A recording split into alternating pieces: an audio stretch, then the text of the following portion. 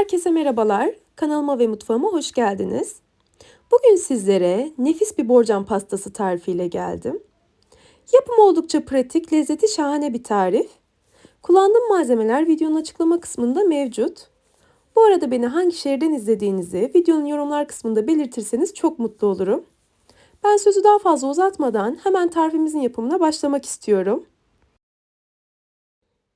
Karıştırma kabına 4 adet oda sıcaklığındaki yumurtayı alalım. Üzerine 1 su bardağı toz şekeri ilave edelim ve karışım krema kıvamına gelinceye kadar karıştıralım. Kullanmış olduğum su bardağının ölçüsü her zaman olduğu gibi 200 mililitre.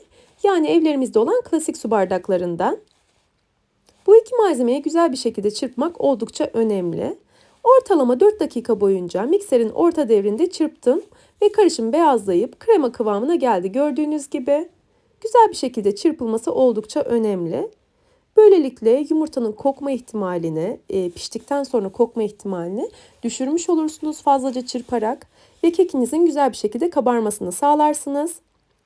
Ardından çeyrek çay bardağı kadar sıcak suyu ilave edelim.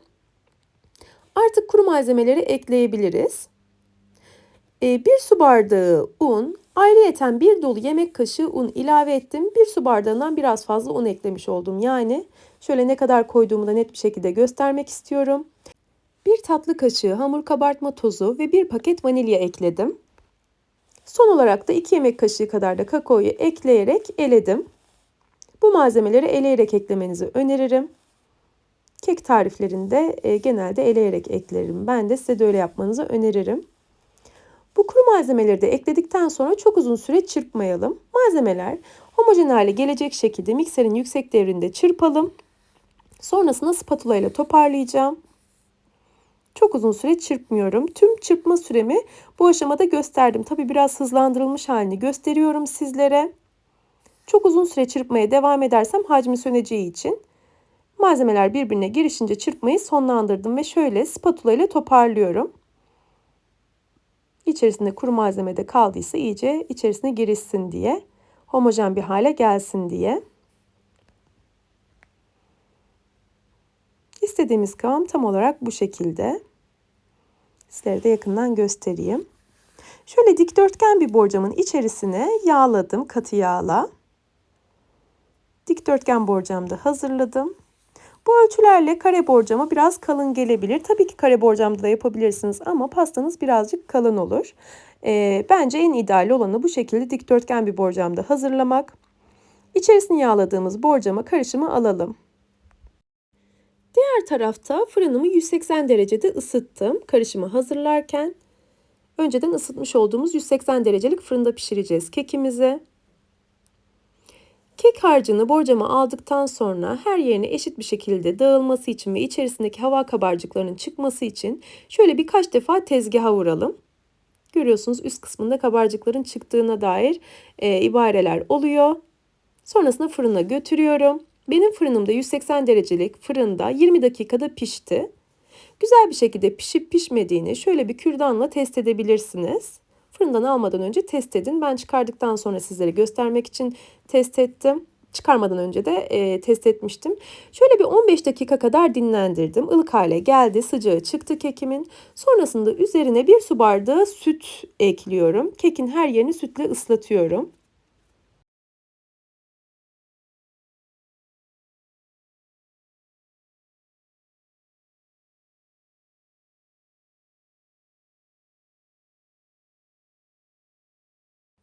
Kekim oda sıcaklığında dinlenirken diğer tarafta krem şantiyi hazırlıyorum.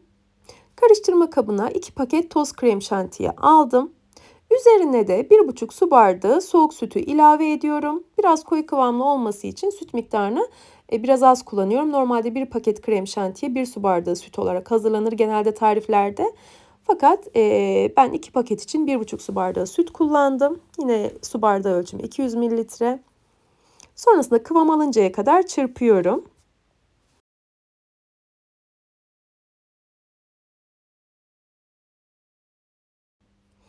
Dilerseniz sade krem şanti de kullanabilirsiniz tabii ki. Ben böyle birazcık kokostar havası olmasını istediğim için krem şantinin içerisine 1 su bardağı Hindistan cevizi ekledim. Daha fazla miktarda da ekleyebilirsiniz tabii. Ben çok da yoğun olsun istemedim. Lezzeti gelsin sadece istedim. Fakat o kapta karıştırmam zor olduğu için daha geniş bir kaseye aldım. Hindistan cevizini ekledikten sonra karıştırmakta zorlandım çünkü küçük kapta. Bu malzemeyi de Hindistan cevizi krem şantinin her yerine gelecek şekilde çırpıcı tel yardımıyla karıştırdım.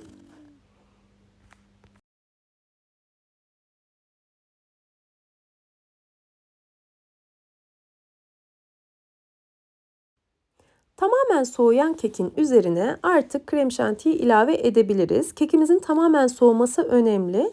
Kek soğumadan eklerseniz krem şanti yumuşar çünkü erir.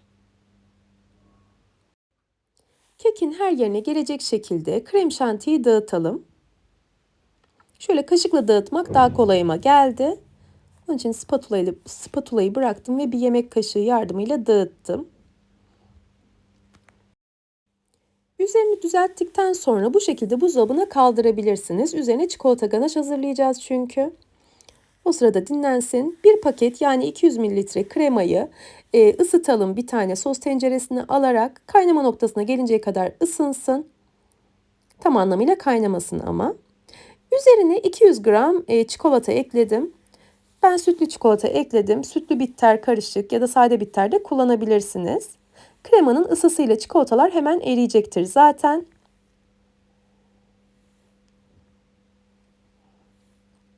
Şöyle karıştırarak çikolata ganajımızı da şipşak hazırlamış oluyoruz. Biraz ılık olacaktır. Bunu da hemen krem şantinin üzerine eklemeyin. Soğusun. Çikolata ganajımız soğuduktan sonra borcama takviye edeceğiz. Onun için ganajımız hazır olduktan sonra biraz dinlendiriyorum. Soğuması için.